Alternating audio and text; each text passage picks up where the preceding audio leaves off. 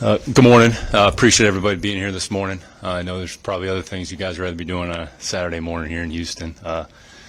Never a dull moment in the Houston sports scene, that's for sure. But before we kind of get into the football aspect, just a quick thought. It seems like every time we get together, unfortunately, it's kind of on a sad note, but just the loss of John Clayton. I know there's probably a lot of people here that either work with John or had interaction with John, and I don't want to speak for anybody, but my guess is their interaction were nothing but positive, and just his humility, his grace, who he was as a person. To lose somebody like that, I'm sure there's a trickle down effect on a lot of different people. So certainly thoughts to people that have a relationship with him, to his family, to the ESPN community. Probably had one of the best commercials that probably anybody's ever seen. So, but the headway, that kind of speaks to his wit and his humor. So, again, it kind of puts things in perspective when something like that happens. I think, lots happened since we got together at the Combine. I think at the Combine we talked a little bit about what was going on. It was kind of on the precipice of what was going on, the Ukraine-Russia situation. So that hasn't gone away. So I think sometimes we kind of lose context in real life and kind of what's going on. I mean, football is football, sport is sport, but I think it's important to kind of keep perspective on those types of things. As it pertains to what took place yesterday, it's probably important to kind of go back, really to the day that I was hired. Kind of said from the beginning, we're going to take things one day at a time. We're going to be patient. We're going to control the things that we can control. And I think I've been pretty consistent from the beginning, on that front. So, however long it's been, 15 months to kind of get to this point here. I think the biggest thing probably yesterday provides everybody is clarity, just in terms of direction. I think Deshaun has clarity on his end relative to what his future holds from a football standpoint. I think there's some things, still on a legal front that probably, I don't want to really get into that, but, have to take place. But just clarity for him individually. I think clarity for our organization in terms of what the expectation is moving forward, kind of what we have in place. And really what we're trying to do is just try to put together a consistent winner, put together a foundation, and put together a team that a lot of people can be proud of. People within the organization, players, coaches, front office people, the fans, most importantly. I think everybody just wanted clarity. And we said from the beginning, we're going to be patient. Going to try to be very thoughtful and just try to make the right decision for the organization. Yesterday, we felt was that opportunity, and we felt it was the right time. So that's why we went ahead and made the decision, that we did. So I think we're excited about moving forward. I think that's the big thing to take from this is to look forward, to think about what's ahead of us. I would say this. There's a lot of work that we need to get done. No question about it. We're a long way from being where we need to be. There's a lot of work ahead of us, but I think everybody's excited. Everybody is kind of anticipating the next step here in the offseason program, which should begin April 11th. We'll probably have kind of the players. We've had, I want to say, 25, 30 players here over the last 2 to 3 weeks on a consistent basis. So we're preparing for the 2022 season. So I think everybody's excited for the opportunity in front of them. I would say no one player, no one thing is going to change this organization. It's not going to happen overnight. There's a lot of work, purposeful work that's going to go into it, but I think we're heading in the right direction. The draft assets and the draft allocation, that'll kind of take care of itself, and we have the job to do on that front. But hopefully we're positioning ourselves organizationally to put ourselves into a position where you can hopefully have some success, sustainable success for a long period of time. So we're not there yet. I don't want to misconstrue what I'm saying or anybody think otherwise. But I would say where we're positioned here today, where the team is positioned currently, building on kind of the foundation that we put in place a little bit last year, some of the players that we've re-signed here in free agency, which we can certainly talk about that. Happy to address some of that here as we go. And then not looking too far ahead, but I think as it sits here today, we have almost $100 million of salary cap space at our disposal. So that could change over. There's a lot of things that could change between now and then, but I would say just where we are today, that's kind of where we're positioned. So I think it's important for us to move forward, and that's the most important thing. So, certainly start with a question. Brooks, go ahead. Why don't you ask the first question? I know everybody's probably got something they want to ask. So, what did the trade deal that you got, the return that you got to Deshaun Watson, how much did that match what your value of him was? And take us a little bit of the process of negotiating the trade, no trade clause. Yeah, I would say, we've talked about this a little bit. Our job, whether it's coach, player, is to ID, fix, assess, and then find solutions to whatever the perceived impediments may be. So certainly that was a part of the equation that we had to factor in. I think the impetus for kind of getting teams to the table, when you have a situation like that, was there's X number of teams that I think there would have been interest in potentially waiving that clause for. So in order to get those teams to the table, we had kind of a certain threshold of what it would take to get to that point for those initial discussions to take place. And then from there, you just kind of have to work through the trade compensation and whatever the compensation is that you feel makes the most sense. So I think you have to be thoughtful, and I think you just have to take the information, process it, and try to make the best decision at the time. So that's why we went ahead and did what we did.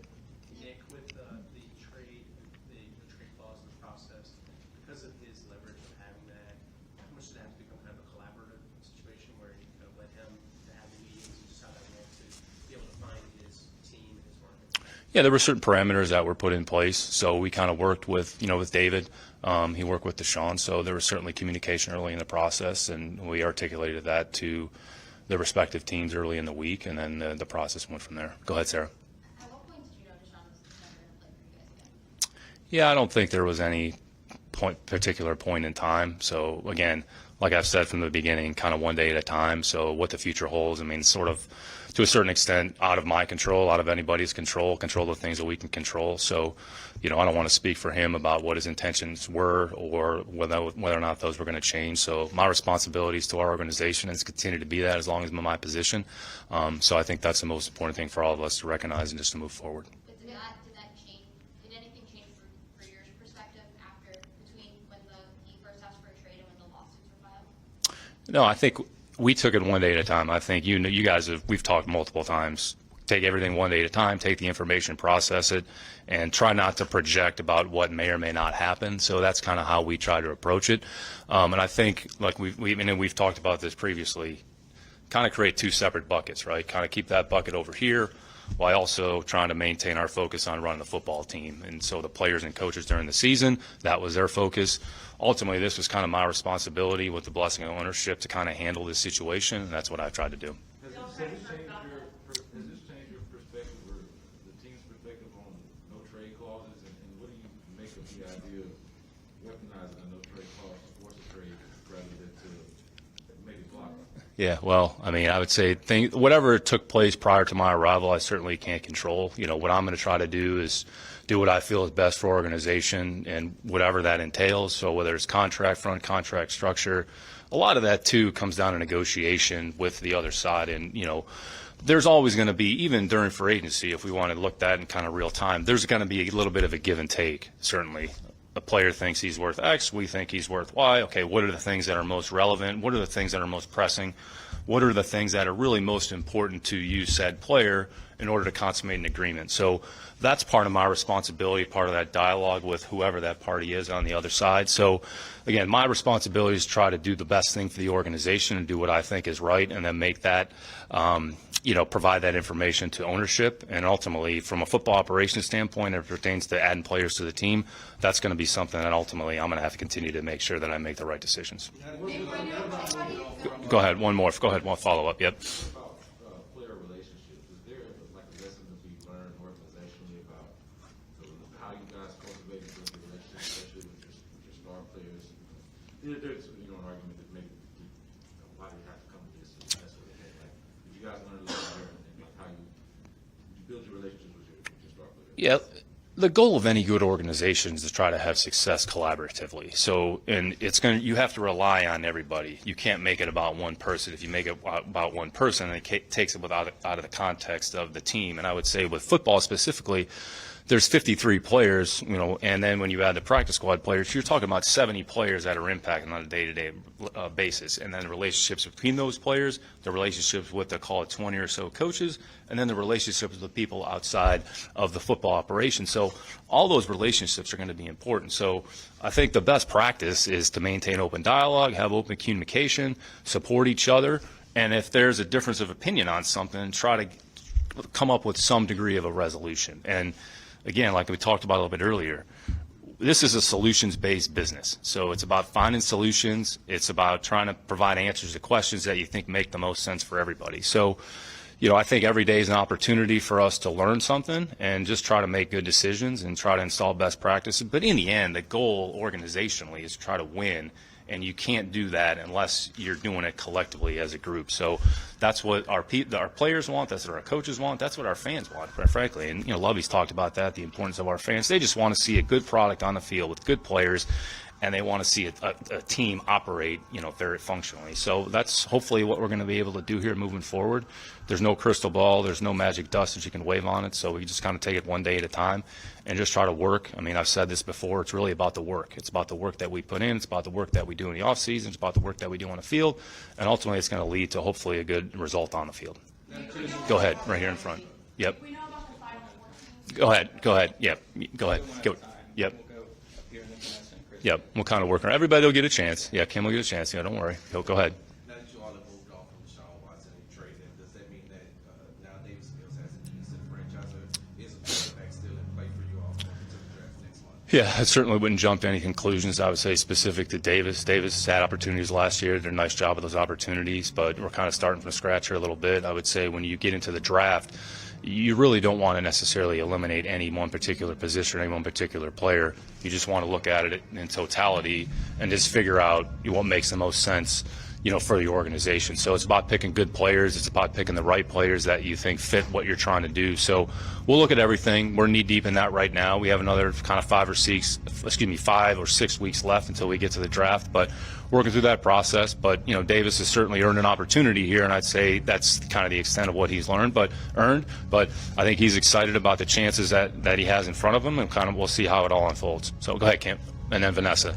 Yeah, Nick, we know that there were kind of the quote-unquote Final Four teams that presented packages that you thought were adequate and that others thought was adequate. But how many teams initially were interested or did you feel calls from before those Final Four? Yeah, I would say there was a fair amount of teams. I think the teams, what we try to do is bring the teams that had, I would say, a legitimate interest, and that was kind of based on, I would say, maybe the compensation that was presented, kind of going back to the earlier question Brooks asked. I think there was a certain threshold that I kind of had established in order to make it a legitimate discussion, and if we got to that point, then we can gauge a little bit further. So, I would say I don't want to get into the exact number, but, it was probably a few more than, however many teams that everybody was reporting on here at the end. So. How much do you think that this situation with Deshaun and losing a franchise quarterback has set this franchise back? And how much do you think these draft picks you got in exchange for them will help get you guys back on the right track? Yeah, we can't really worry about what's happened in the past. We're kind of here, present day and time. So, look, we've won 4 games over each of the last 2 seasons. So there's certainly opportunity and room for improvement. So our job is to try to continue to bring good players into our program, give them the opportunity to have success on the field. And really, it's going to come down to how well we can execute on Sundays and how many games that we win. So it's not going to be one particular player, one particular pick, where we pick that player. Good players come throughout the draft. Good players come in the draft through all rounds. Good players come for other teams. Good players come in for agency. There's been plenty of players in this league that weren't drafted that are some of the better players in their position. So you really don't want to kind of pigeonhole yourself and say, well, if we don't do this with this pick, it's going to be, it's going to put the organization in a difficult situation. So that's all we can deal with is the truth, and this is where we are right now. So I think the most important thing is, like I talked about from the beginning, excited about the opportunity to move forward. There's a lot of work ahead of us, but, I think we're in a better position, maybe than we were previously, just because there's clarity for everybody involved. To build on that, is there any sense of relief or kind of, I don't know, just the exhale of not having this hanging over your head since you've had it for a few months? Maybe for you guys. No, I think, again, the most important thing is clarity. Everybody just has clarity. Everybody just has an understanding of where we stand. So I think that's the most important thing for all of us to understand and recognize. So we managed the situation probably as best we could. Again, I try to probably take the burden and the responsibility on my shoulders because really ultimately it was going to kind of be something that I was going to have to deal with and handle. So, try to take it off the players, try to take it off the coaches, try to take that take that focus there off of them and let them focus on the things that they do well, which is playing and coaching football. Two things. Veteran quarterbacks. Are you looking at any? I know that you're Excuse- veteran quarterbacks. Are you thinking about bringing anybody in? Have you looked at anybody? Yeah, we'll look at all of our options, what those entail. So, again, there's no, I would say, set timeline or set deadline. I think right now we're at about, call it 68, 69 players on the roster. So at some point, we're probably going to have further additions here to the team, whether it's over the next few weeks. Obviously, we're going to have new players on the team here at the end of April.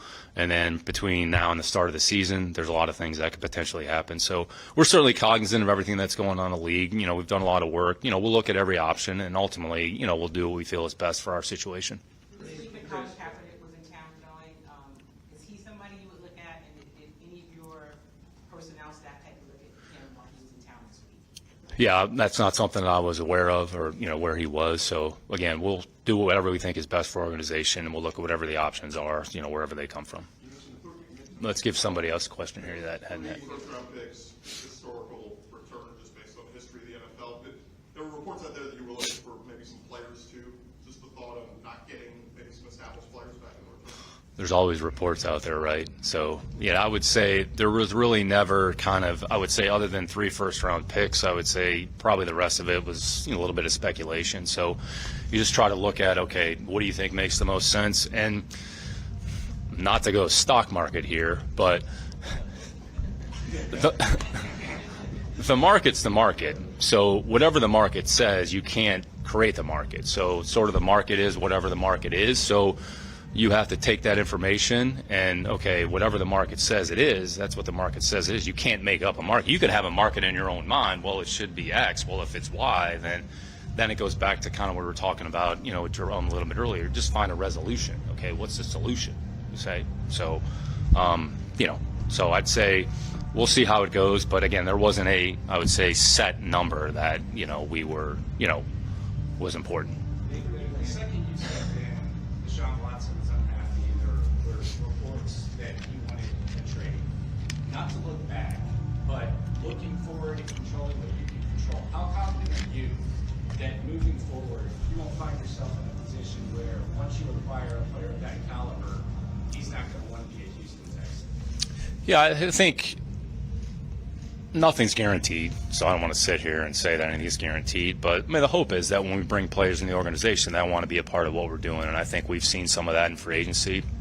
My interactions and discussions with agents, there's players that want to come to Houston. There's players that want to be in our program. There's players that want to play for Lovey. There's players that want to play with the players that we have in our program. So our job is to try to go out and find players that fit the profile of what we're looking for, of the team that we're trying to create, of the team that we want to be, and be able to identify those players and then bring them into the building. And then once they are in the building, then our job is to develop them, is to coach them, is to give them an opportunity to have success. So each case is different. Each player is different. You never want to kind of put everybody in the same box, but the players that want to come to Houston, they want to be in Houston for a reason, hopefully, and our job is to go out there and find the players that want to be here and hopefully want to be part of a successful program. Yes, I'm saying, I don't want you throwing you under the bus or anything, but do you ever just kind of gather yourself when you go home, you're having to field phone calls, you're having to look at salary cap stuff, you're functioning without draft picks last year, and you just say, man, I would have done this a lot different before had I been here earlier?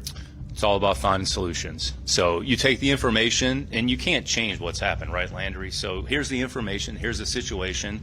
Nobody's going to make excuses. Sorry, my friends, nobody's going to bitch and moan about your situation and your circumstances. It's okay. Let's deal in the real, let's deal in now. Let's identify problems, let's provide solutions, and understand that we're going to have to find ways to fix it and make it work. And if that doesn't work, then let's turn the page. I think you have to be very flexible. You got to be able to pivot to something different. Maybe the way you thought originally it was going to go, it doesn't go that way. Okay, well, then you got to be able to adjust and adapt. So I think that's the beauty of the challenge, and I think every team deals with that. Every circumstance is different. Every situation is going to be different. Every team is going to have to deal with something, and that's okay. So I think that's where I would say there's some intrigue in that, and really you want to try to put something together. You obviously have an idea in your mind of how you want that to look. And it might take a little bit longer than you thought, but you can't erase or fix what has happened in the past. It's out of my hands. It's out of my control. We're not going to make excuses about what's happened.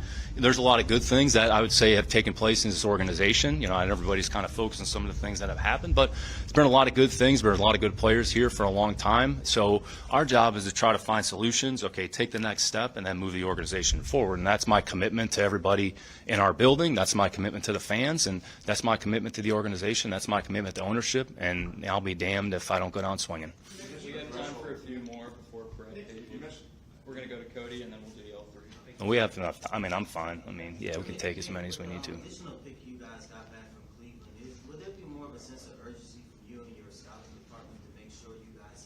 on those picks, especially considering you trying to match the value of what Deshaun Watson brought into the organization?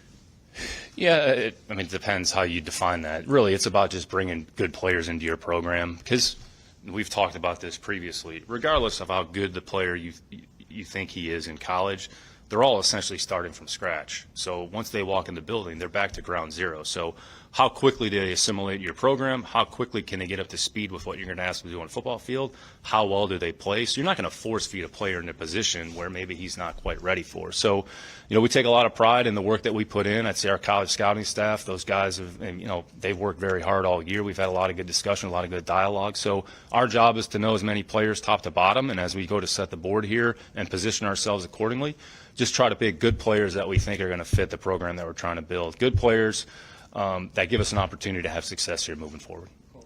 Nick, when you kind of look right now, getting rid of Deshaun is moving on, that kind of gave you just a little bit more comfort to do what you wanted to do from the get-go, that this isn't kind of hanging over your head? Yeah, again, it's about moving forward. So we kind of know where we are here today. We know what the opportunity looks like in front of us. We're going to try to work hard, and we're going to try to, honestly, it doesn't necessarily change. We're still going to take it one day at a time. Nothing's going to happen overnight. We're not all of a sudden going to draft 8 players all at once that are going to come in here and, do things on the field that nobody expected. So take it one day at a time, try to have good processes in place, try to do a good job here in free agency. If there's an opportunity to add players to our team that we think can help us, try to do a good job in the draft, try to do a good job in post-draft free agency, try to get our players ready for the offseason program, have a good OTA, take some time off in the summer, come back in training camp ready to go with a sense of urgency, with a heightened awareness of we got to go out there, we got to perform, we got to play well, and whoever our first opponent is, which I don't know, that'll be the next discussion when the schedule comes out, whoever we play. But whoever we play, we're going to be ready to go, and it's going to come down to do we go out there and play well enough and give ourselves the best chance to win on Sunday? Because in the end, that's what it's going to come down to. So that's the only thing anybody's going to care about. And if you look at the guys that you're able to get back on the roster, Billy Collins get back, and he did that, and back to Desmond King. Also getting those guys, and also the addition of Reese David and other players. Yeah, good question. Let's start with our guys first. I think the guys that we brought back, and it was more than the guys that you mentioned, but, guys like JB, guys like Kirko, guys like Desmond, guys like Malik Collins, those guys are experienced players, did a lot of good things for our program, have a presence about them, provide good leadership. I would say Jalen Reeves-Maben is a player we actually identified last year in free agency, had an opportunity, or tried to sign him, and at the time it didn't work itself out. So he's a player that has some of the traits and characteristics that fit our program. So I think when you specifically guys like Malik, guys like JB, the Kirko, as we're going to onboard new players onto our team, a lot of young players. So having players like that can provide that leadership, that can provide that direction. Rex Burkhead, throw him into that category. So the players walk in the building and say, what do we ask of a Houston Texan? What are some of the traits and characteristics and behaviors that we want to embody? When you look at those players, those are the things that we want those rookies to see. So you want those rookies to have some of the same qualities, but obviously this is all going to be new for them. So I would say that was certainly part of the team building process as we added those players back to our team and as we added new players to our team as well. You mentioned the threshold question too, that you do with each other. After you had the threshold, was there a moment after that or in the process where you were prepared to hold on for another year or wait? And then, since you were able to get the trade done, how aggressive do you think you'll be with the space that's there now that his salary's off the cap? No, that's a good question. So it really, you have to look at it this way. So however many rookies we draft or how many players we draft, let's call it 8 to 10 players. So those players are probably going to cost, on the cap, kind of $10 to $12 million ish, right? So if we're at 28, those guys are going to cost maybe 10 to 12. Turns by the time they sign their contract, the first year cap hit. And then in season, your operating budget, you need to allocate about $6 or $8 million for practice squad, injured reserve, those types of things. So there's a decent chunk right there. Call it, do the math here real quick, 16 to 18 million that you want to make sure that you have available. So it doesn't preclude you from going out and adding another player. It might be at the expense of maybe a player that's here currently. So, we're going to be certainly conscious and I'd say fairly fiscally responsible as we go through. So we're not going to be haphazard. So we want to be able to kind of work through the season. But if there's an opportunity that we think makes sense for us to add a player to add to our team, then we're not going to bypass that. We'll kind of come up with another solution. So once we get through the season, then kind of looking ahead to next year, there's going to be a vast amount of cap space that's available. So I'm sure everybody's expecting us in free agency to go out there and sign the highest paid players, but we'll deal with that next year. But anyways, there's definitely a logical progression in a process that, just want to be responsible, and ultimately that's something that, I certainly have to be conscious of. That's kind of my responsibility to the organization and to ownership. But with the threshold there, were there moments that you were prepared to hold on for another year that wasn't met, or? No, we were prepared to make the decision that was right for the organization, so that's why we went ahead and did what we did. Nick, all along you guys have said you're going to do what's best for the organization, knowing you're a bit of an analytical guy. When will you know if this was a success? Like, how will you gauge that? When will you know? That's not for me to judge. So I think it's take it 1 year at a time. Just take it one day at a time. And I'd say the big thing really for us is we just need to make progress. I mean, the most important thing is try to make progress. How quickly is that progress going to take place? That's certainly irresponsible for me to make that projection. But I think we just need to make progress. We've got to move in the right direction. Ultimately, if you don't do well enough, in the end, there's going to be somebody else sitting in this chair. So, I mean, it's going to come down to how well we play in the field. How quickly is that going to take place? There's always a lot of variables and factors that can go into that. So definitely excited about what we have in front of us, excited about the opportunity to work with Lovey and the staff, and excited about the team, once we put that together here. So try to take it one day at a time, try not to have any unreasonable expectations, but, ultimately the goal is to win and try to have success on the field. So the quicker we get there, probably the better for everybody involved. So I think that's what everybody wants to hear. But, I'm not very good when it comes to gambling. I think I've been to Vegas one time, and I won't even go to the slot machine. So you're asking the wrong person when it comes to things like that. What do we got? Maybe one or two more? Yeah, Nick, you got a plethora of draft picks. Let us walk in your mind right now and try to figure out what part of the store you're going to start shopping. Yeah, I don't think there's any one particular formula. I would say how we've handled it is once we kind of set the board. So this is really more of kind of a draft discussion. So we'll go through it vertically, kind of position the players accordingly, and it's value of the player relative to what we think the role is going to be. And realistically, the grade that we assign to that player, you're probably saying by the second year, here's what we think is going to be. So let's say you think, okay, 62 is a third tackle or swing tackle with the potential to be a starter, okay?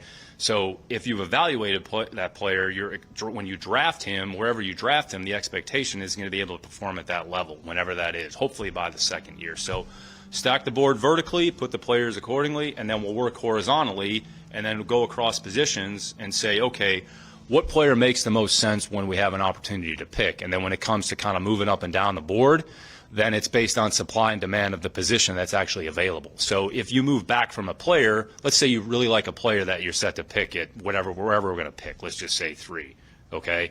If you feel that's the right thing to do and that makes the most sense, you go ahead and pick. If you're going to move back, okay, how far you move back, and that's at the cost of how many other players are we going to use. So it's not necessarily about specific players. It's just about finding the right fit for what we're trying to do. So I know I didn't really answer your question, but hopefully that kind of gives you just philosophically. Move from the third pick to move down to pick up some more picks for this season. We'll look at everything.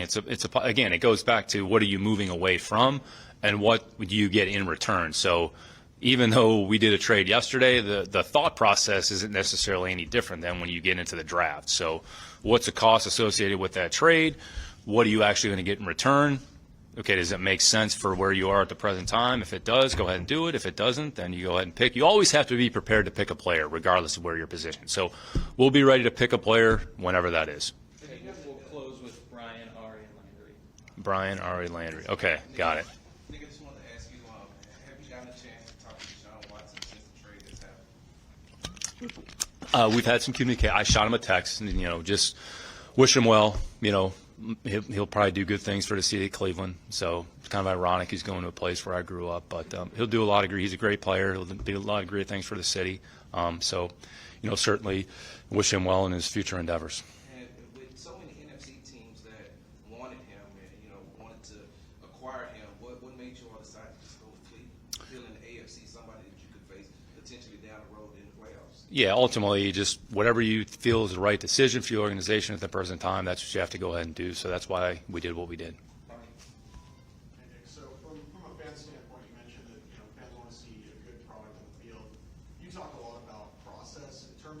guys have now and what fans kind of would want to see, what's sort of their incentive to see this year's team on the field when there's not sort of like a main guy that you can put on the cover of the ticket package?